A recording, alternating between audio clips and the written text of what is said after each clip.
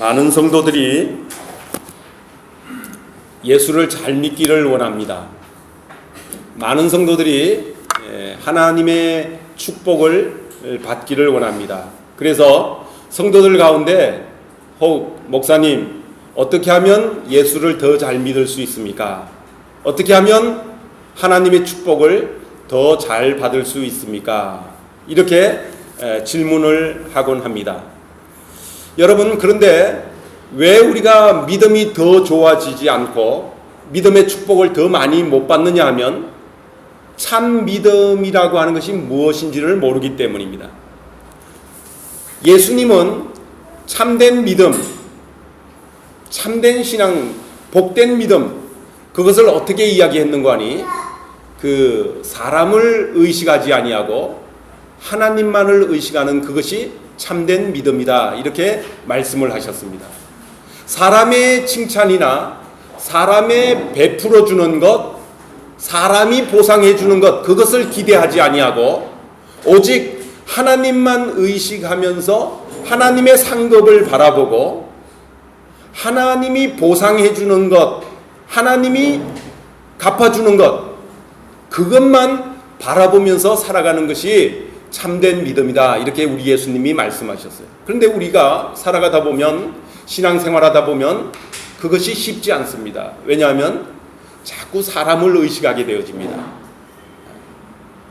사람을 바라보면서 사람들이 나를 어떻게 평가하는가, 혹은 사람이 나를 칭찬해 주는 것, 그것을 기대하면서 살아갑니다.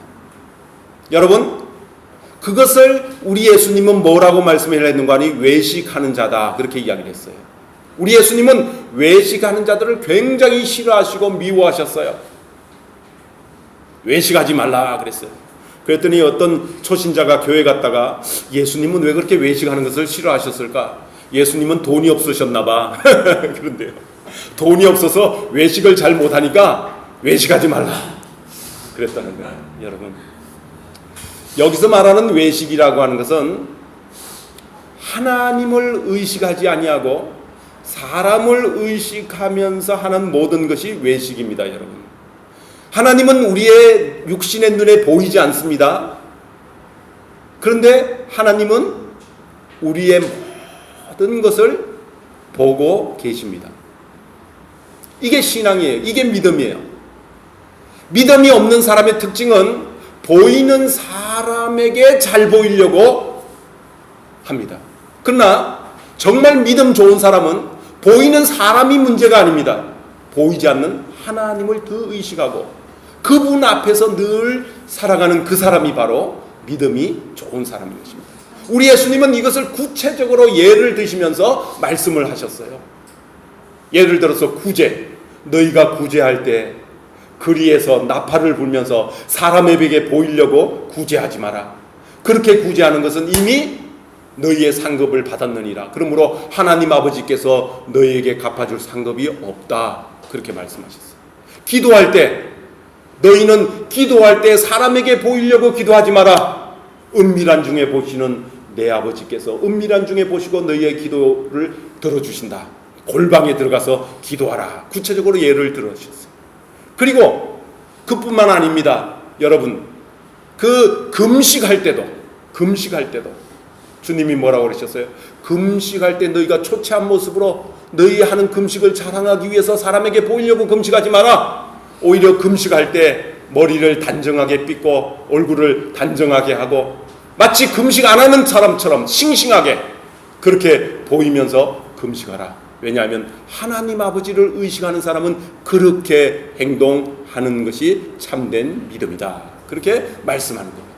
열방교회 성도 여러분, 저와 여러분이 늘 참된 믿음을 소유하게 되시기를 주님의 이름으로 축원합니다. 하나님만을 의식하면서 사람을 의식하지 않고 살아가면 그 사람은 하나님이 사랑하시고 하나님이 축복해 주시고 그의 믿음을 우리 하나님이 칭찬해 주실 줄로 믿습니다. 예수님은 그 다음에 이 참된 믿음 생활하는데 방해되는 3가지 요소가 있다는 것을 말씀을 하십니다. 우리가 참된 믿음으로 더 믿음이 깊어지고 믿음에 부요해지고 믿음에 굳게 서는 사람이 되려고 하는데 그것을 방해하는 세 가지 정도의 요소가 있다고 말씀하시면서 마태복음 6장 7장에서 말씀을 하시는 것입니다. 첫째로 잘못된 물질관, 잘못된 재물관. 물질에 대해서 잘못 생각하면 그것이 참된 믿음 생활하는데 방해가 되고 그것이 회방이 되어서 마침내 영생을 얻지 못하고 지옥에 떨어지게 된다라고 주님이 말씀하시는 것입니다. 바른 물질관을 가져야만이 신앙생활을 하는데 도움이 되고 유익이 된다라고 말씀하십니다. 두 번째로는 염려와 근심. 염려와 근심이 참된 믿음을 소유하게 되는데 방해를 하게 되어지는 것입니다. 그 다음에 세 번째로는 남을 비판하고 남을 정죄하는 것. 그것이 참된 믿음을 소유하게 하고 믿음을 부욕해 하는데 방해 요소가 되어진다. 오늘 저는 예수님의 말씀 가운데 이 물질에 대해서 우리가 바른 물질관을 가져야만이 오늘날 현대의 바른 건강한 신앙생활을 할 수가 있습니다. 우리가 살아가는 이 사회는 자본주의 사회입니다. 물질이 정말 중요한 시대입니다. 많은 사람들이 물질의 종이 되어서 물질의 신을 섬기고 있습니다. 여러분, 물질이라고 하는 것은 맘몬입니다. 맘몬. 히브리어로 맘몬. 그래서 맘몬 신을 섬기게 되어집니다. 여러분, 하나님을 섬길 것이냐 맘몬 신을 섬길 것이냐 우리 주님이 결정해야 된다고 말씀을 하십니다. 너희가 두 주인을 섬길 수가 없다. 너희가 참된 믿음의 소유자라면 너희가 맘몬 신을 섬길 것인가 살아계신 하나님을 섬길 것인가 결단하라 라고 말씀하고 계십니다. 다시 한 번 더 오늘 말씀을 읽어보겠습니다. 여러분 20절 21절 한번 다 같이 읽겠습니다. 시작. 오직 너희를 위하여 보물을 하늘에 쌓아두라. 거기는 좀이나 동록이 해하지 못하며 도적이 구멍을 뚫지 못하고 도적질도 못하느니라. 내 보물 있는 그곳에는 내 마음도 있느니라. 보물 있는 곳에 무엇이 있다고요? 우리의 마음도 있게 되어진다. 주님이 말씀하셨어요. 여러분, 우리 예수님의 가르침을 잘 들으셔야 됩니다. 우리 예수님은 당시 유대인들이 생각을 하던 그런 물질 개념을 동의하지 않으셨어요. 당시 유대인들은 어떤 생각을 가지고 있었는가 하니 많은 재물을 소유하는 것은 그 사람이 곧 하나님으로부터 축복을 받은 것이다. 그렇게 생각을 했습니다. 무조건 물질만 많이 소유하면 그것은 그 사람은 하나님이 복 주신 사람이다. 이것 우리 주님이 동의하지 않으셨어요. 잘못된 방법으로 잘못된 수단으로 많은 물질을 욕심껏 쟁취하는 것, 이것은 잘못된 것이라고 우리 주님이 말씀하시는 거예요. 또 한 가지 우리 주님이 말씀하시는 것은 뭐냐면 물질 자체가 죄다라고 생각하지는 않으셨다는 것입니다. 재물, 돈, 그것이 죄거나 더러운 것이거나 악한 것이거나 그렇지는 않다는 것입니다.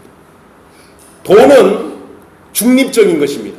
그것을 사용하는 사람이 어떻게 쓰느냐에 따라서 선한 것이 될 수도 있고 악한 것이 될 수도 있습니다. 여러분, 현대인이 살아가는데 돈 없이 살아갈 수 있나요? 재물 없이 살아갈 수 있나요? 아니죠. 돈은 반드시 꼭 필요한 것이죠.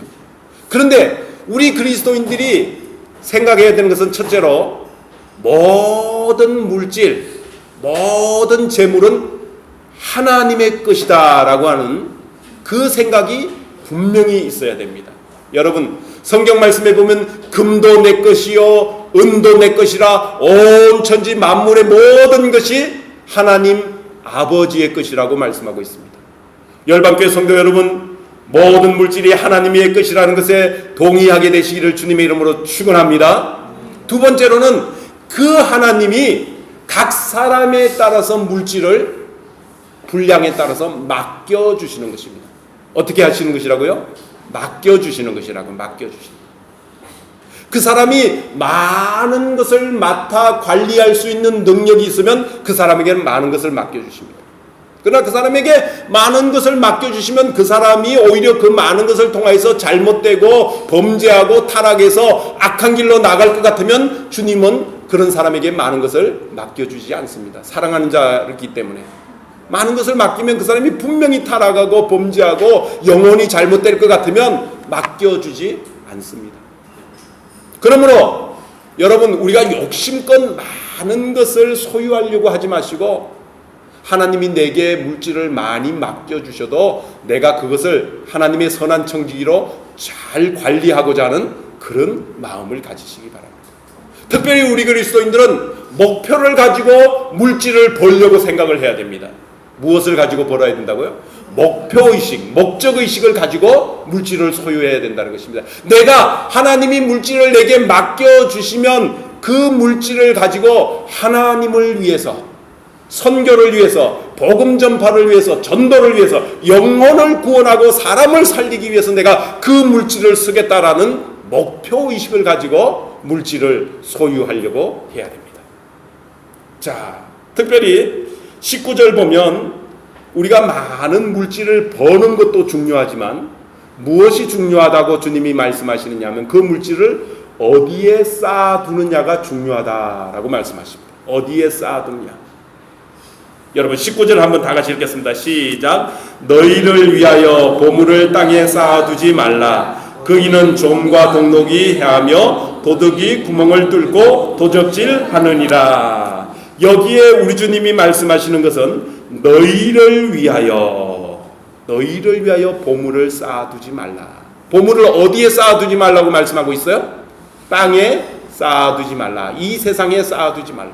여러분, 이 세상에 자기의 보화를 쌓아두면 그 사람의 마음은 어디에 가 있을까요?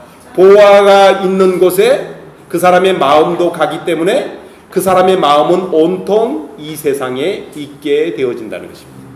여러분, 보화는, 여기서 말하는 우리 예수님의 보화는 돈도 되고 재물도 되지만 동시에 우리가 소중하게 여기는 모든 것이 보화가 될 수 있습니다. 아브라함에게 있어서 보화는 그의 아들 이삭이 보화였습니다.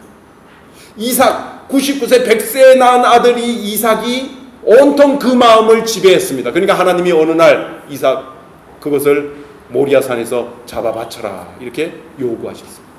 여러분, 어떤 사람은 온통 건강에 관심이 있습니다. 여러분, 어떻게 하면 건강할까? 모든 관심이 건강에만 있습니다. 그 사람의 마음은, 그 사람에게 있어서 보화는 뭐예요? 건강이 보화입니다. 건강이. 그는 온통 마음이 건강에 가 있는 것입니다. 여러분, 보화를 땅에 쌓아두면 안 된다고 말씀하고 있습니다. 땅에 쌓아두면 그 사람은 어리석은 사람입니다. 여러분. 왜냐하면 그 땅에, 이 세상에 우리의 마음이 빼앗기게 되고 이 세상에 우리의 마음이 묶여져 버리게 되는 것입니다. 하나님은 우리가 이 세상에 우리의 마음이 묶이는 것을 원치 않으시고 영원한 나라, 영적인 나라, 신령한 나라, 거룩한 나라, 하나님의 나라에 우리의 마음이 가 있기를 원하십니다. 여러분, 물질을 이 땅에 쌓아두는 사람만큼 어리석은 사람이 없습니다. 열심히 노력을 해갖고 재물을 쌓았는데 말이죠, 그것을 누리는 사람은 다른 사람이더라는 것입니다. 잠언의 말씀에 보면 세상에 이율배반적인 것이 있는데 그것이 뭐냐면 돈을 열심히 모으는 사람이 따로 있고 그 모아둔 물질을 쓰는 사람이 따로 있더라 하는 것이 잠언의 말씀이에요. 여러분, 중국의 절강성의 유명한 경제계 인물인 왕지아오라고 하는 사람이 있었다고 합니다. 왕지아오라고 하는 절강성의 유명한 경제활동가가 젊어서 그만 죽어버렸어요. 이 사람이 중국 돈으로 19억 위엔, 우리나라 돈으로 380억 정도를 부인에게 유산 상속으로 남겼어요. 근데 이 부인은 그 현찰 저금된 돈을 가지고 그 왕사장의 자동차 운전기사하고 결혼을 해버렸어요. 그랬더니 이 운전기사가 그 왕사장의 부인하고 결혼하고 난 다음에 이런 이야기를 한 거예요. 나는 한평생 내가 아침 일찍 일어나고 밤늦게까지 왕사장의 운전기사를 하면서 내가 왕사장을 위해서 일하는 줄 알았는데, 지금 돌이켜 생각을 해보니 왕사장이 나를 위해서 지금까지 열심히 일을 했다는 것을 나는 알게 되었다. 여러분, 얼마나 웃기는 이야기입니까? 우리 예수님이 이미 그 말씀을 해놓으신 거예요. 이미 땅의 물질을 쌓는 것은 이와 같은 어리석은 짓이다. 여러분, 열심히 왕사장이 얼마나 경제활동을 하면서 기업을 이야기하면서 회장 이야기하면서 절강성의 경제계를 사교계를 그러면서 재물을 모았겠어요. 근데 죽고 나니까 그 물질이 운전기사에게 다 간 거예요. 여러분, 우리 예수님의 말씀을 다시 한 번 더 들어보십시다. 너희 보화를 땅에 쌓아두지 말라. 거기는 좀과 동록이 해하며. 왜 우리가 땅에 물질을 쌓아두어서는 안 되냐면, 거기는 좀과 동록. 이 좀이라고 하는 것은 이 면, 옷 이런 그 뭐라고 그럽니까? 섬유에 이렇게 묻어서 이 섬유를 삭게 만드는 그런 것을 좀이라고 그러죠. 동록이라고 하는 것은 동전 쇳덩어리에 녹이 슬게 해서 그것을 삭게 만드는 그것을 좀과 동록이에요. 이 세상의 것은 박테리아의 운동에 의해서, 산화작용에 의해서 그것들이 다 세월이 지나면 썩어버리게 된다라는 것입니다. 그리고 도적이 구멍을 뚫고 도적질하느니라. 이 세상에는 도적들이 말이죠, 그 재물을 강탈해 가려고 노린다는 것입니다. 그래서 많은 물질이 있으면 있을수록 마음이 두려워지고 점점 외로워지고, 그리고 세상에 믿을 사람이 하나도 없어지는 것입니다. 돈이 많아지면 그런 부작용이 생기는 것입니다. 여러분, 도적 맞아본 기억이 있습니까? 여러분 가정에 혹시 어느 날 도적이 확 와서 모든 금은 패물을 다 훔쳐가 버렸던 그런 경험이 있습니까? 도적 맞으면 첫째로 가장 먼저 일어나는 사람의 심리가 분이 난다고 합니다. 화가 나는 거예요. 아니, 내가 그 재물을 어떻게 모았는데 그걸 다 훔쳐가 버려. 그리고 막 자기가 없을 때 빈집에 도적이 들어왔다는 이것 때문에 섬찟하고 말이죠. 막 그런, 아니 감히 내 집을 침입해 하는 그런 막 화가 나는 거예요. 그 다음에 두 번째 일어나는 것이 뭐냐 하면,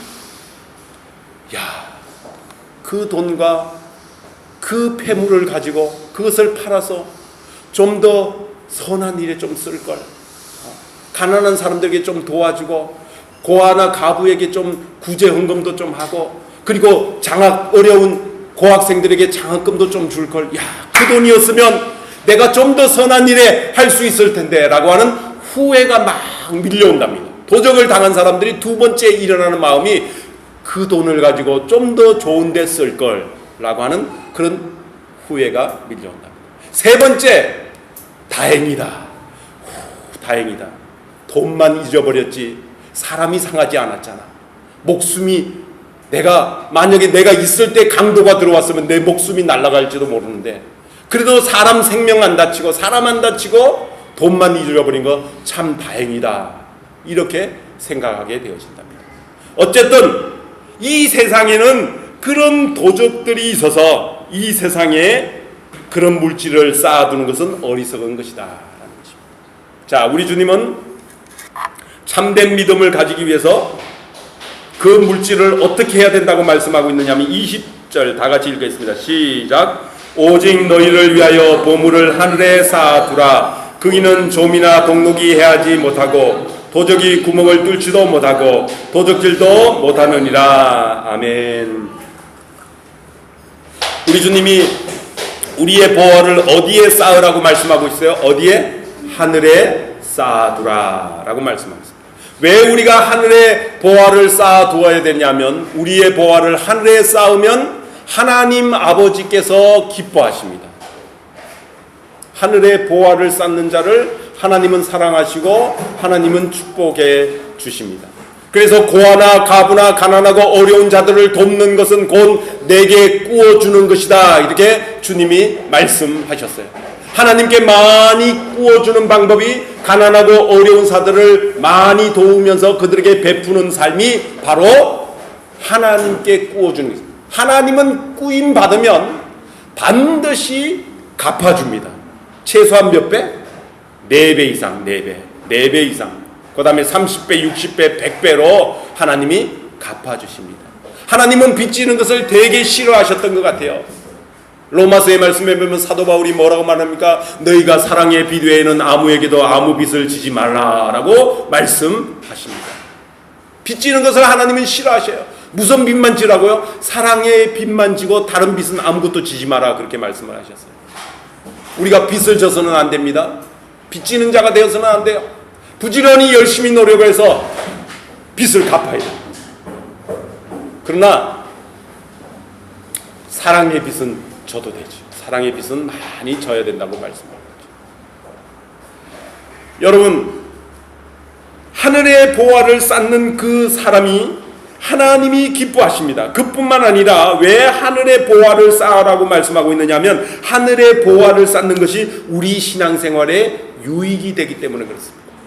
우리 신앙생활이 언제 성장하고 언제 성숙하고 언제 어른스러운 믿음을 갖고 언제 믿음의 부유한 자가 되고 언제 믿음의 성숙한 사람이 되냐 하면 우리의 보화를 자꾸 하늘에 쌓을 때, 저 하늘에 나의 보화가 있다. 온통 우리의 마음이 하나님 아버지께 가 있고 하늘에 가 있고 영적인 것에 가 있고 신령한 것에 가 있고 거룩한 것에 가 있을 때 우리가 믿음의 부유한 자가 되어집니다. 그래서 여러분, 하나님을 위해서 많은 보화를 하늘에 쌓게 되시기를 주님의 이름으로 축원합니다. 여러분, 헌금도 최선을 다하여서 하나님께 드려보세요. 11조를 하나님 앞에 드리고 감사의 예물을 드리고 여러 가지 구제헌금, 선교헌금, 작정헌금을 하나님 앞에 드리세요.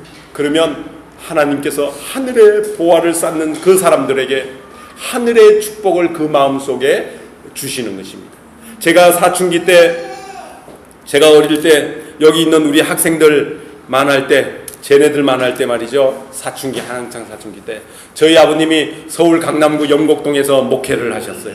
영곡 장로교에서 목회를 하셨는데 너무 우리 아버님이 헌금 설교를 자주 하는 거예요.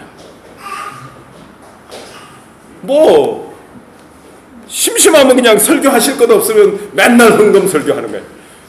그때 당시에 다들 가난하고 어려웠잖아요. 그 시절에는. 그러니까 맨날 헌금해라, 11조 해라, 감사예물 해라, 구제헌금 해라, 뭐 맨날 헌금 설교만 해서 너무 듣기가 싫은 거예요. 그래서 이제 제가 어느 날 아버지한테 조용히 찾아갔어요.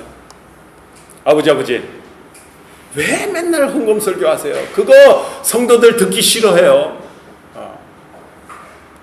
헌금 설교 성도들 듣기 싫어요. 아버지 그거 모르세요? 왜 자꾸 헌금 설교하세요? 헌금 많이 나온다고 아버지 월급 올라가는 거 아니잖아요. 교회 헌금 많이 들어오면 우리 아버지 생활비가 올라가는지 뭐 나중에야 결국은 올라가겠지만 당장은 올라가는 거 아니잖아요. 그래서 제가 그렇게 이야기했어요. 헌금 많이 나온다고 하니까 아버지 월급 올라가는 거 아닌데 왜 헌금 설교 자꾸 하세요? 그랬더니 저희 아버지가 조용히 그렇게 이야기를 하세요. 목사의 사명 가운데 하나가 성도들의 시간과 물질과 건강을 하나님께 드려서 하나님의 일을 할 수 있도록 만들어주는 것이 목사의 사명 중에 하나다. 나는 그 사명을 지금 하고 있다. 그렇게 말씀을 하셨습니다. 먼 세월이 지나고 난 다음에 이제 제가 목사가 되어보니까 그렇습니다. 세상에 많은 사람들이 건강과 재물과 시간을 어리석은 세상의 것에 투자하고 잘못 바치고 있습니다. 마치 중국의 왕사장처럼 그렇게 땅에 쌓는 잘못된 삶을 살아가고 있습니다. 그래서 하나님의 축복을 상실하고 믿음도 상실하고 마침내 지옥의 멸망에 굴러 나아가는 것을 보곤 합니다. 그래서 정말 우리가 하나님 앞에서 바른 물질관, 바른 재물관, 바른 가치관을 형성하는 것이 귀하고 복된 것이구나 하는 것을 깨닫게 되어집니다. 다시 한 번 더 주님의 음성에 귀를 기울이시기 바랍니다. 내 보물 있는 그곳에 내 마음도 있느니라. 여러분, 저와 여러분의 마음은 어디에 가 있습니까? 저와 여러분의 마음이 하나님 나라 천국에 가 있기 위해서 그 천국에 우리의 보화를 자꾸 쌓는 삶을 살아야 될 줄로 믿습니다. 열방교회 모든 성도들이 이와 같은 천국의 보화가 있는 분들이 되시기를 주님의 이름으로 축원합니다. 기도드리겠습니다. 어지러운 세상 중